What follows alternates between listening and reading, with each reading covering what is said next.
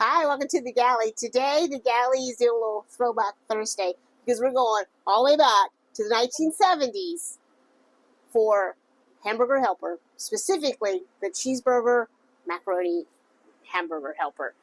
One of my personal favorites as a kid. I remember Hamburger Helper was a big part of my growing up, and in fact, by the age of 7, I was making it by myself. So I haven't had like the boxed Hamburger Helper in a really, really long time.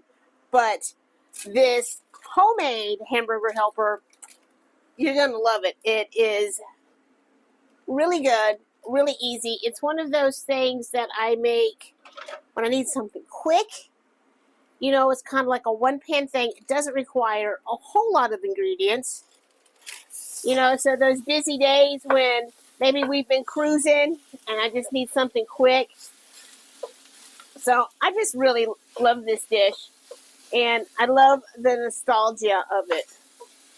Now, Billy pretty much grew up in Europe and Germany because his father was Air Force, so he never had Hamburger Helper as a kid, but he likes this version.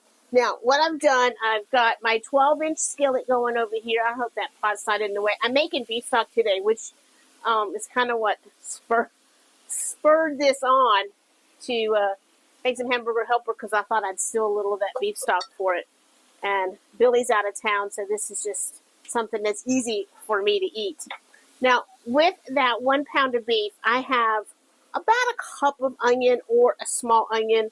And I'm going to go ahead and put that in there with that ground beef to cook along with it. And that way those onions will just absorb all that beautiful meat flavor. And then next, I want to talk you through making the seasoning blend. Now, what I do, this is my little jar of Hamburger Helper seasoning blend. And so I do the recipe like ×3 or ×4 whenever I'm out. And that way, when I do want to make a batch, it's already made up. So it makes it easier. But I'm going to add to this today just to show you what the seasoning blend is. Now, Hamburger Helper came out in 1971, and this was the original flavors of it. Now, the beef and noodle, I remember. The chili tomato, I remember. The beef stroganoff, I remember. But the hash and the rice oriental, never heard of those. Never had those. I don't know. Maybe it was a regional thing and we just didn't have those flavors in West Virginia. And we were, way out in a holler in the country. So maybe they just didn't bring all the flavors out there. But I don't remember those. So let me know if, when you were a kid, if you remember the hash or the rice oriental, because I sure don't. So what I'm going to do is, and it's really easy because it's a half a teaspoon, and we're going to do half a teaspoon garlic, onion powder, chili powder. I got these new spice jars. Mine had gotten a little rusty in the tops because of the, obviously because of the humidity. And I thought, I'll use all those. And now I've gone through and thrown them all away. Paprika and dried mustard powder. So if you're just making this up, if you're just making a batch, then that's all you need is a half of a teaspoon onion powder, garlic powder, chili powder, paprika, and mustard powder. And what I do when I have this seasoning mix, then I just do 2.5 teaspoons of this, and then it's good to go. And this just makes life simple for when you're kind of in a hurry. So we're also going to need, so we've got a pound of ground beef, we got our onion going, got our spice mix going, and then we're going to want a cup and a half of stock. Chicken stock, you can do vegetable stock, you can do beef stock, kind of whatever you would like. If you want to, if you had to, absolutely do water. So I'm just going to strain this off a cup and a half of this, and then I have a cup of heavy cream, and I have a cup of dried macaroni. If you want to use milk or something that's not heavy cream, you're going to have to make a roux and add some flour, or you could do some cornstarch because otherwise it won't get thick enough for you. We'll let that sit and drain, and I'm gonna kind of move you down here because everything is going to kind of happen down here in the skillet. So come on down. Let's get going. Oh, and cheese. So I did an 8-ounce block of seriously sharp cheddar. You could do pepper jack cheese if you wanted. You could do a mix. So really kind of up to you on what kind of cheese you want to do. I just did all cheddar. So I want this to go completely brown. I'm always torn between just putting you straight down onto the skillet or letting you have a little view of the beautiful outdoors. And so I think today I got my stock pot here. I don't know if that's in the way, but I thought today maybe we'll see some boats going by. So we're going to completely brown this ground beef. Now I did a pretty lean ground beef, and so you can see I have hardly any fat in here. If you do like an 80-15, you're going to have much more fat, so you're going to want to strain that, or you can just do the paper towel in the corner of the skillet and sock it up. But I'm not going to have that. And one good thing about the leaner of the ground beefs is you don't lose so much beef, so it lets you have more good stuff. Now, if you wanted to take this 1 pound of ground beef and really stretch it and feed a whole bunch of kids with it, you could do 2 cups of your macaroni, and then you're going to add another cup of stock, whatever stock you're using, or you could even do another cup of the cream, but just add another cup of liquid to this.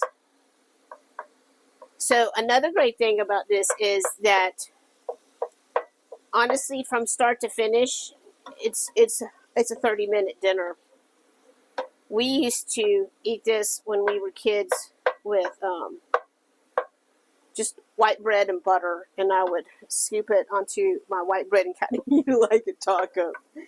But you know, add a salad or some nice bread with it for a meal, and you're good to go. I mean, for me, honestly, I'm just gonna have a great big bowl of this for my lunch today. And we're getting close. So we're almost done. So I'm going to do a teaspoon of kosher salt.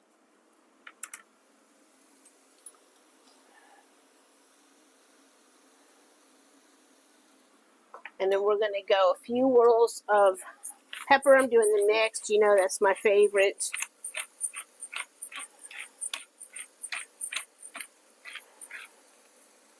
And I would say, you know, a good 1/4 to 1/2 teaspoon of pepper. And then we're going to add our seasoning mix.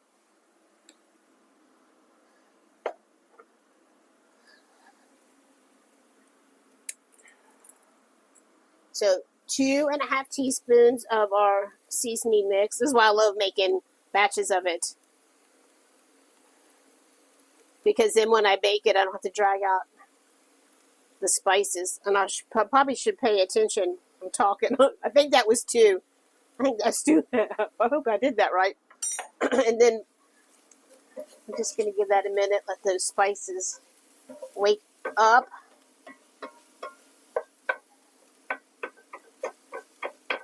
And I need to get a little more stock straining here. So even though this stock has quite a few more hours to go, we're going to go ahead and use it. So 1.5 cups of your stock.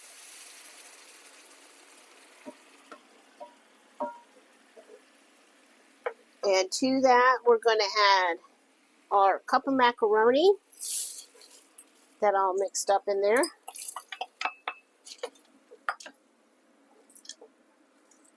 Our 1 cup of cream. Oh no, did we get, I don't know if we saw that boat go by. Now we're going to bring this to a boil, and then we're going to drop it down and simmer. So let's let it come back up. So I tried to find a picture of or a list of the ingredients from that original Hamburger Helper from the 70s, but I couldn't find it. But I have a feeling it was probably pretty basic.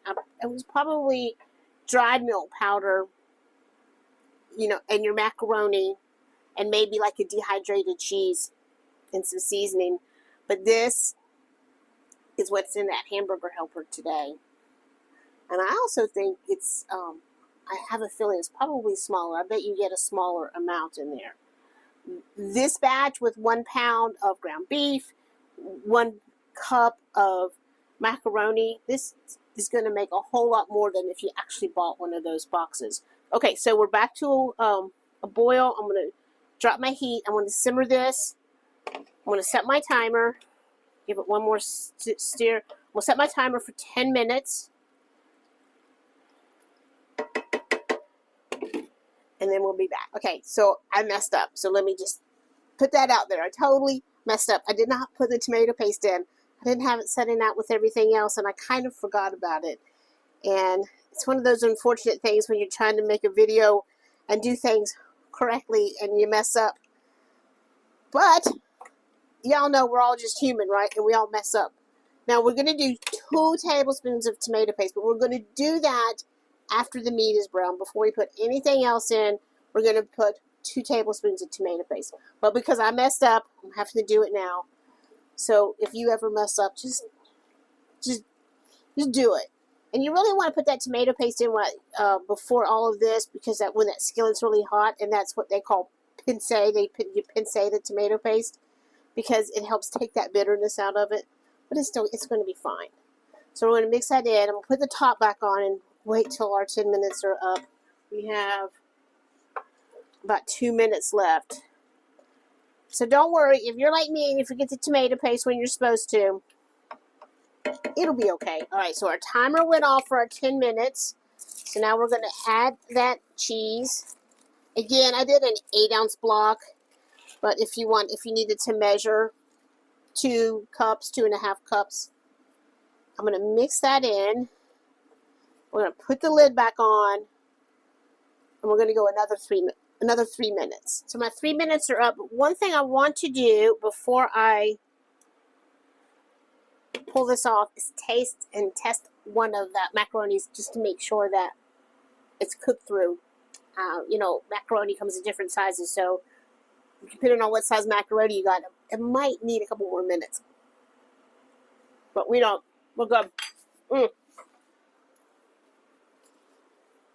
It's like that Hamburger Helper that brings back that nostalgia, that fond memories from when you were a kid, but so much better. So there we go. How easy was that? So easy, so quick to do.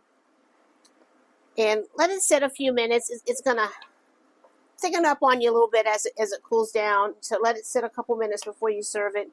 Make your Hamburger Helper seasoning up 4 or 5 batches, and then when you need this, when you're ready for this, if you're needing to feed the kids or the grandkids or like me, just yourself, it's easy. A block of cheddar, a cup of macaroni, a pound of ground beef, and really you're pretty much there. Does it look like what you think it should look like? It tastes so good. It makes you feel like a kid again. And I think that's a good thing.